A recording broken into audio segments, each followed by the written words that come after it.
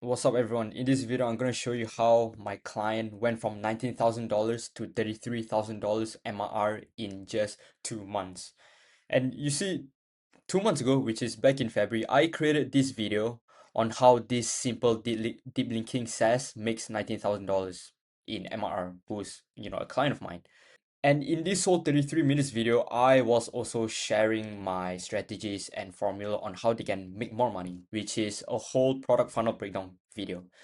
Long story short, the founder reached out to me and he said that he wanted to apply the strategies that I talked about in this whole entire video. So, I mean, if you want to check it out, then, feel free if you want to. I'm not really gonna explain what a deep linking SaaS tool is or what Bouncy.ai is, which is, what this product is. Because, I mean, this video is not really about that. If you're interested to see what I exactly talked about or, learn more about this product, then, I mean, feel free to check it out on my YouTube channel. So here's the thing, right? Within February and April, they went from $19,000 to $33,000 within just 8 weeks, right? Which is roughly 2 months. That is a 73% increase in MRR. And the craziest part is that in this whole entire video, I never talked about any ad strategy, any content strategy. I never even touched marketing at all. And what's more bizarre on what he told me, because we hop on a call and he actually showed me his dashboard. To be specific, it's actually 25,000 pounds in MRL. That's supposed to be a pound sound, fucking hell. Yeah, 25,000 pounds, which, I mean, if you convert that to USD, that's $33,000. Okay, just to clarify on that. And in the call when he showed me his dashboard, a bizarre part was when he told me that he doesn't have any co-founder, no coder, no developer, no website design. He runs everything by himself and with the power of AI. So 73,000, I mean 73% in MRR was done without any marketing attempts or without new headcount. And this is all possible by using the product funnel itself as the main engine for MRR scale.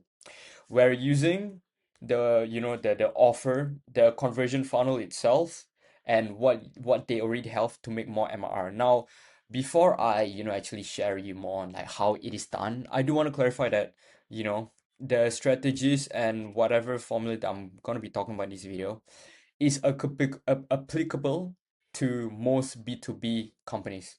As long as you have a conversion funnel that be, because I typically work with B2B SaaS founders, B2B service providers like consultations, agencies, professional service providers, doesn't matter because the frameworks and the formula I'm going to be talking about in this video is applicable to you and you can steal the formula that I'm going to be showing you because the name of the game here is very simple. This is the formula that I use for, for Bouncy.ai and for every of my client. And that is a process of diagnosis, conversion, retention, and monetization. That is it.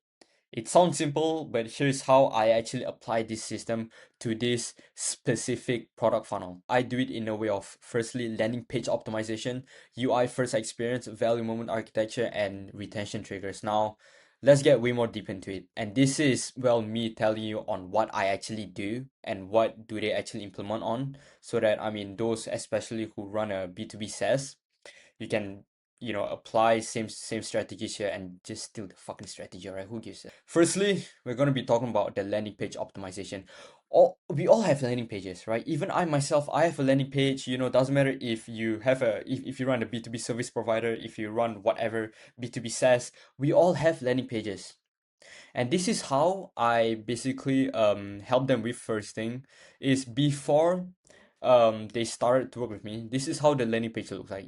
Ignore me because this is a screenshot from from that YouTube video that I reference on. The first thing I touched on was this thingy.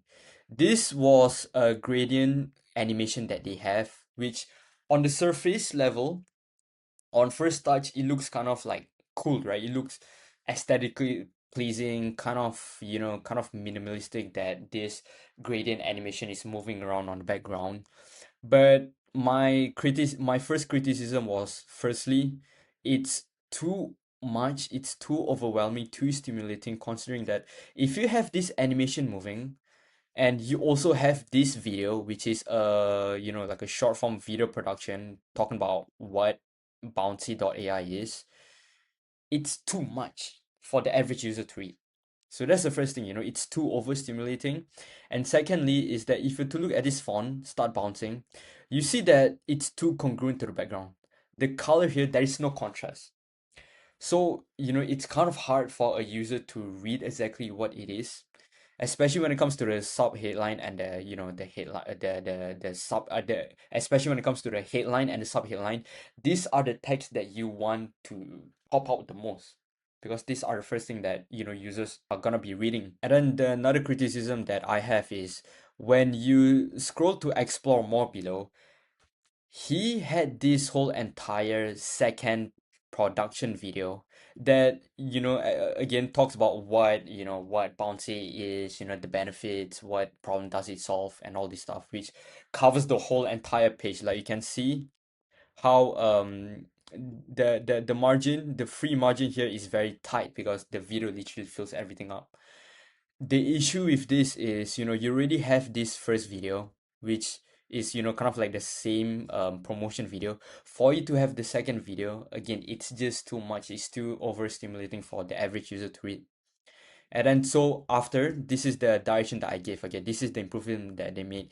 You see how, just in the hero section, how clean and premium everything looks by firstly just removing this the gradient. It just looks way more premium. And so about this video promotion that I talked about, I basically gave him two options. It's either you can remove this video or remove this one. It's either one of the two. What he decided to do, well, he did listen to the advice, but he applied it in his own style.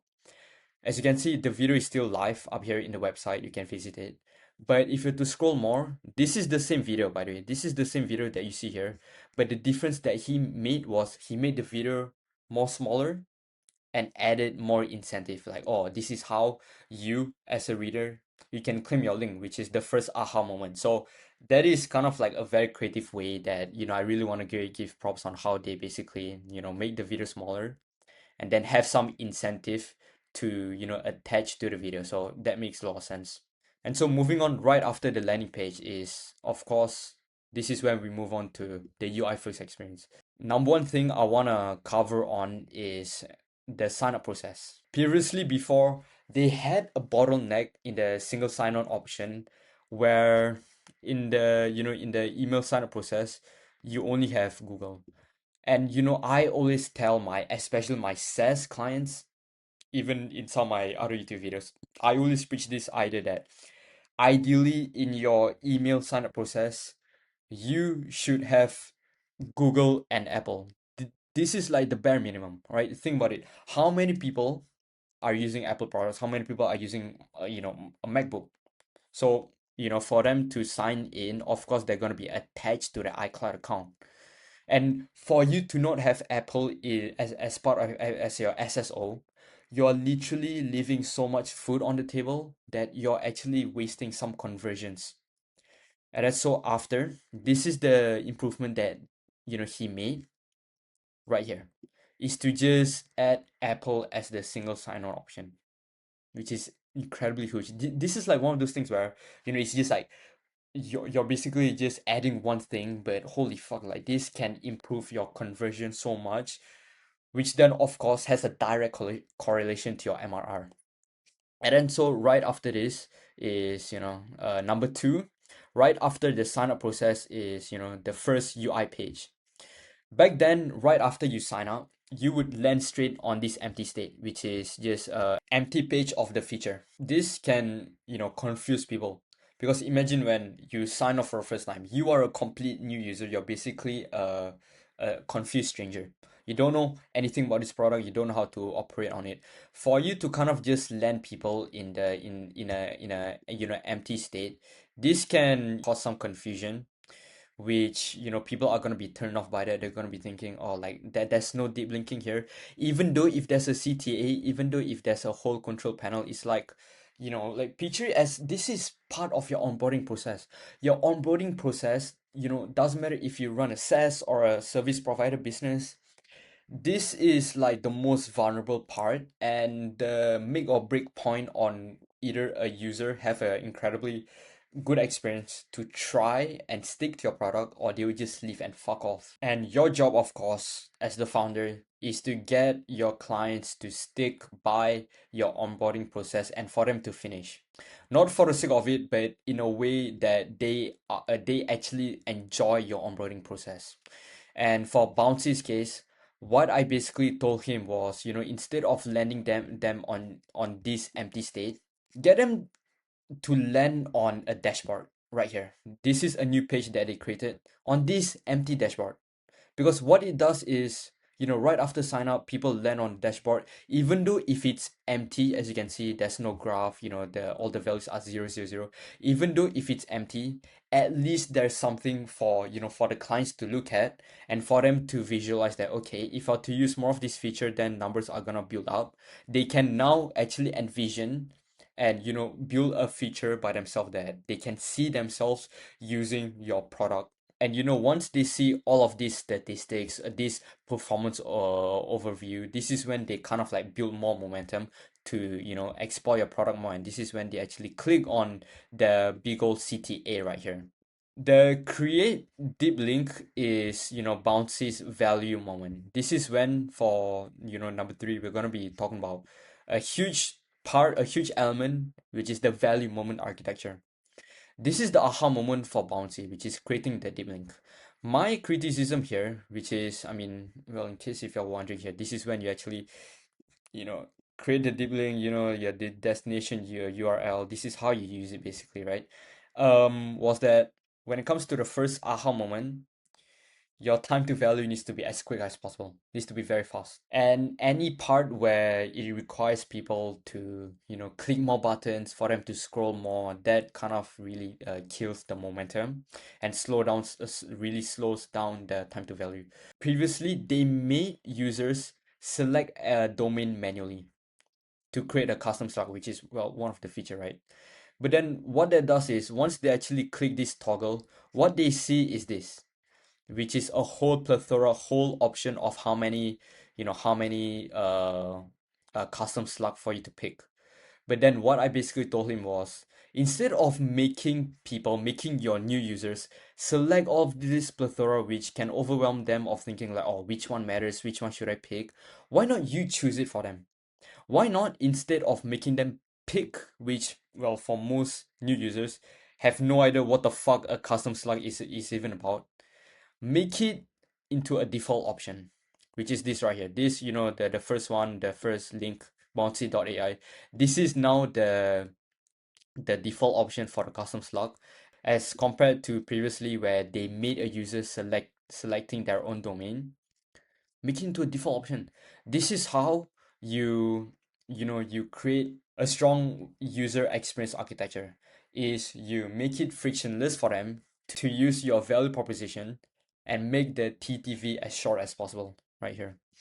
And so moving on is, well, this is, yeah, creating the deep link is, like I said, the main value proposition here. And then they have a button to, to a CTA button to create your deep link, etc., whatever, whatever. This is a work in progress feature that I basically told him, and that can be such a game changer, is to use confetti animations and congratulate a user when they create the first deep link, which is, well, the first value moment. Now, the reason why this can be so effective, even though some of you may think that confettis, all this stuff is corny and all that, it is not. And for you to say that, then you are NGMI, you're never gonna make it, okay? The reason why this is so effective is because it creates a sense of completion and momentum, which drives a user to use the feature more, which is fucking huge, okay? And so last thing that they implemented on as part of my strategy is the retention triggers. This is still work in progress, but I basically told him that, in order for you to really retain your users more, is to create a browser extension so that your users can use the main event, the main value feature, without even having to be in the UI, without even having to be on the platform of the software itself. So in a way, you are getting your clients to use your product without them having to, well, physically be there. Now, this creates such a strong, form of retention because, a browser extension is just like at the top right of your screen where you can just use whenever you want. Just like Calendly here. This is an example of, a really good example and reference on what I told the founder on how he can create his browser extension is to copy Calendly because they have a similar thing where you can copy your link and then you can also check whatever links that has been booked or even create your own link, right? And this is when this button is a CTA to go to go back to the UI of the software. Calendly is a very good prime example of how Bouncy.ai can do this, and this is just like a rough idea on how they can do it. This is the deep link, like Calendly, your link right here, a reference point, right? A reference design point, your link. This is when it's a CTA button to create your own link, and then a dashboard at the bottom here, just like how Calendly does it. But like I said, this is still work in progress that the founder will be implementing on, right? Because I mean, so far it's only been 2 months, and usually I work with clients for 3 months as a full frame. So yeah, subscribe to my YouTube channel for you to get more possible future updates, maybe a possible client interview with me and the client. If you're a B2B SaaS founder, B2B service provider, and you want me to apply this exact same framework and make more fucking MRR without having to rely on ads, on marketing, on constantly getting more users that's just gonna link into your product. And if you have a conversion and retention problem, then under the description of this video, this is how I can help you.